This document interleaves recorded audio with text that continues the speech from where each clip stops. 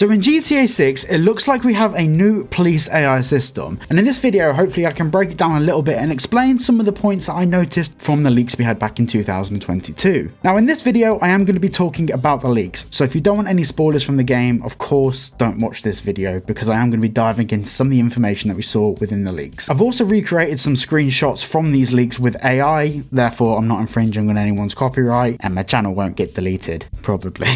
So the primary basis for this video and a topic that I really do want to cover is that one scene in a place called Hank's Waffle Diner. Essentially, Jason and Lucia rob a diner, and this is where we can start to see some of the information about how the police system in GTA 6 will work. So in the scene where Jason and Lucia are robbing this diner, there's a meter at the top of the screen that basically counts down from end to end, and it says time until cops dispatched. This is something that's very new for the Grand Theft Auto franchise. Usually when you commit a crime, you're immediately wanted. You'll either have 1 star, 2 star, 3 stars, 4 stars or 5 stars, and 6 stars. We missed that. Bring that back please. But the usual methods of being wanted in GTA have never been realistic or believable to any extent. This time until cops dispatched meter on the top of the screen shows that they're definitely putting more emphasis on realism, in the sense that when you commit a crime, there has to be witnesses, people have to call the police, people have to report a crime, and police have to have time to dispatch officers to the location. And this is definitely an advancement way past what GTA 5 has been doing. Last night I did a live stream and you can see that when I enter the airport,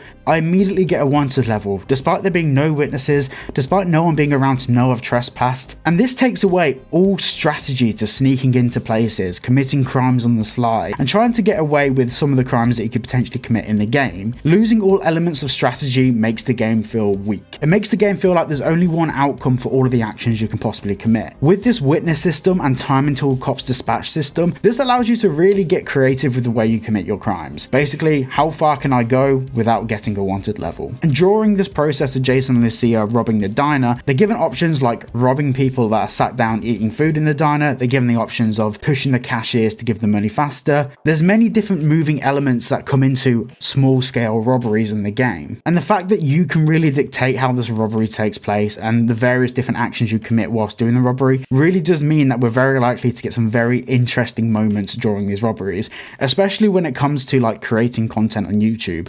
Of course, for me, that's a focus, and it's really nice to be able to see that like I can do a mission and potentially have a slightly different outcome from someone else that does the same video. It's really cool. Now this meter at the top of the screen that says time until cops dispatched, as it counts down, it will eventually go red and get to 0. At this point it flashes blue and red and says cops arriving. And as it's doing this, you can hear the cops arriving outside, you can hear the doors opening, you can hear them getting out and shouting. Now if this was GTA 5, you'd do a crime, the cops would be there within 3 seconds and you'd just hear shooting as they try and shoot you through the glass. But in GTA 6, this doesn't happen. Even though Lucia is in direct line of sight with a lot of these police officers, they can see through the glass directly where she's standing, they don't immediately start shooting. They just start shouting demands and ordering her to come outside. Now it's at this point where Lucia gets a little pop-up in the middle of the screen and it says R1 and police, which basically means there's an interaction menu for the police. Now at no point during this footage does the developer actually push R1 so we can see what the options are, but I think based on what we've seen from Red Dead Redemption 2, they'll probably give her the option to surrender or to hand herself in or something like that. There'll basically be an interaction option where maybe she can communicate with the police,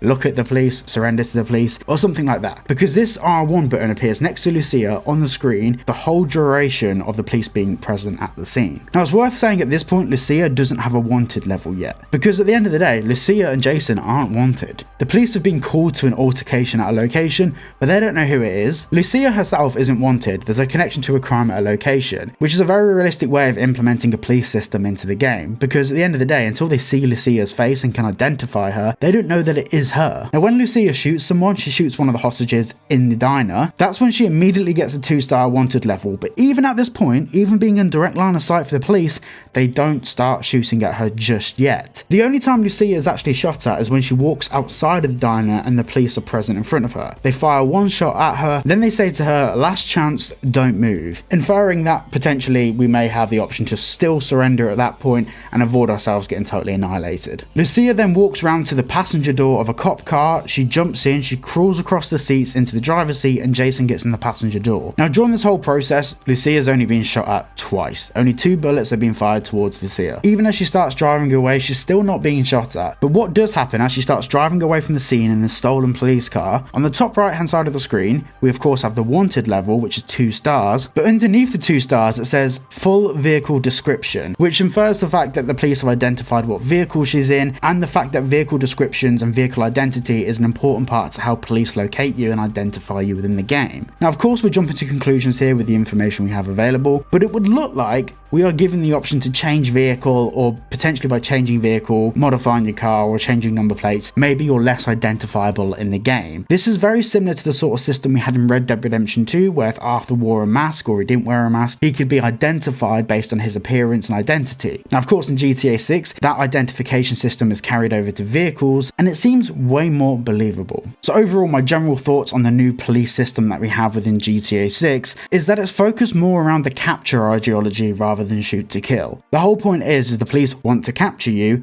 rather than just kill you. Now, there's many jokes to be made about real life, but it is very similar to real life in the sense that the police want to arrest you, book you, and put you behind bars rather than just shoot to kill at every single opportunity. I think it's really interesting how the whole self-preservation mechanic within GTA 6 is going to be way more prevalent than it was in GTA 5. In GTA 5, you get shot, you die, you immediately respawn at the hospital when you carry on with your missions.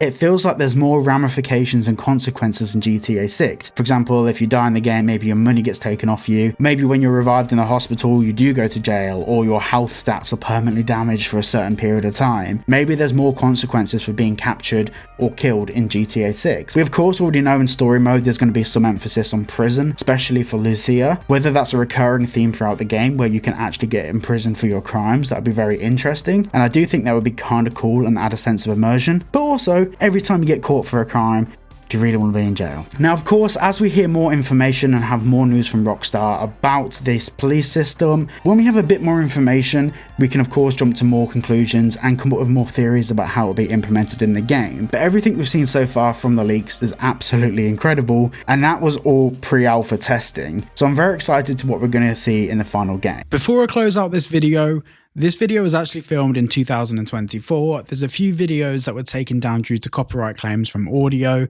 and there's also a few videos that I naturally just deleted because I didn't feel were as relevant. If you want me to repost some of these pieces of content, but also update some parts of the content to include new information we have now, please make sure to let me know. To be honest, I think there's only about 3 or 4 or so videos, but yeah. But if you think you've seen this video before, you probably haven't. It was only on, I think, about 1,000 or so views, but yeah, let me know. Thank you for watching, and I'll see you all in the next one.